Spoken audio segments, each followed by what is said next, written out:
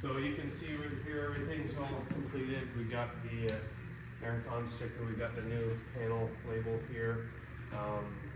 We had to put a new valve on there. I'll just run it up and down for you.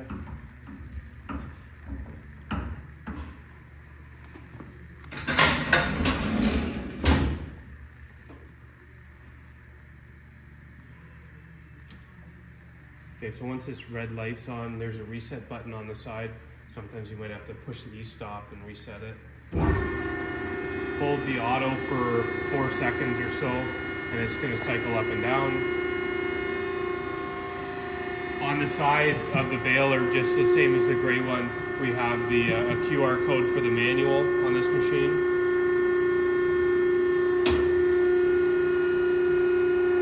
Coming around the back of the machine. Like I said, new hydraulic oil, new filter, that's a new valve.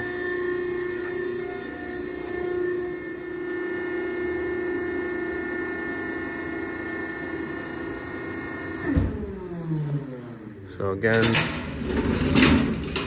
pull that down.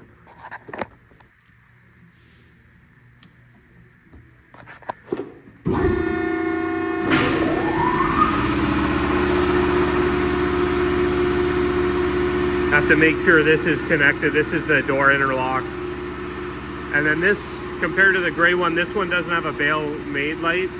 When the chamber's compressed and that lines up with this, that indicates when the bale's full.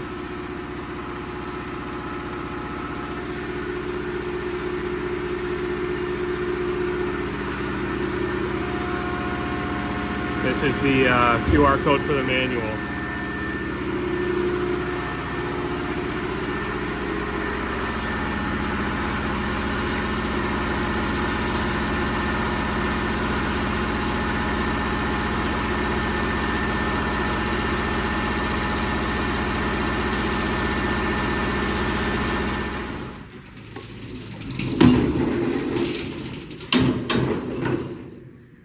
So this one, the power needs to be on because it's got a magnetic door latch.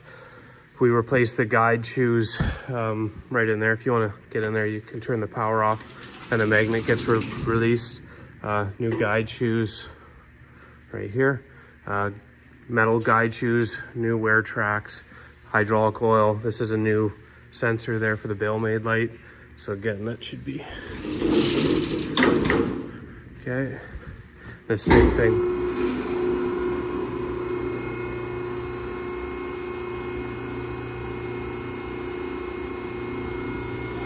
There's the manual.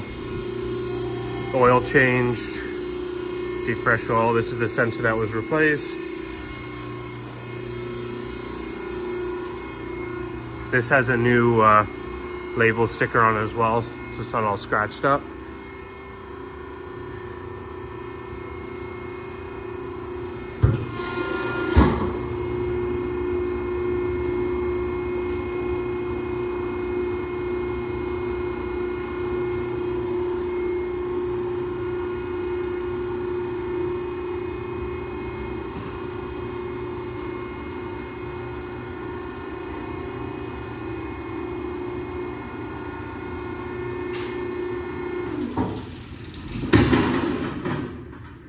Going back to the green one, if there's any issues, sometimes if you can't get this light to be made, when you first turn it on, or let's say you disconnect the safety interlock,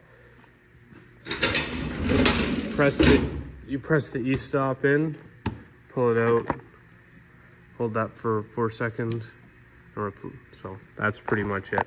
So, and you hold the key for a couple seconds. If you just flick it, it doesn't work. It just goes down shortly. It doesn't go into full auto mode.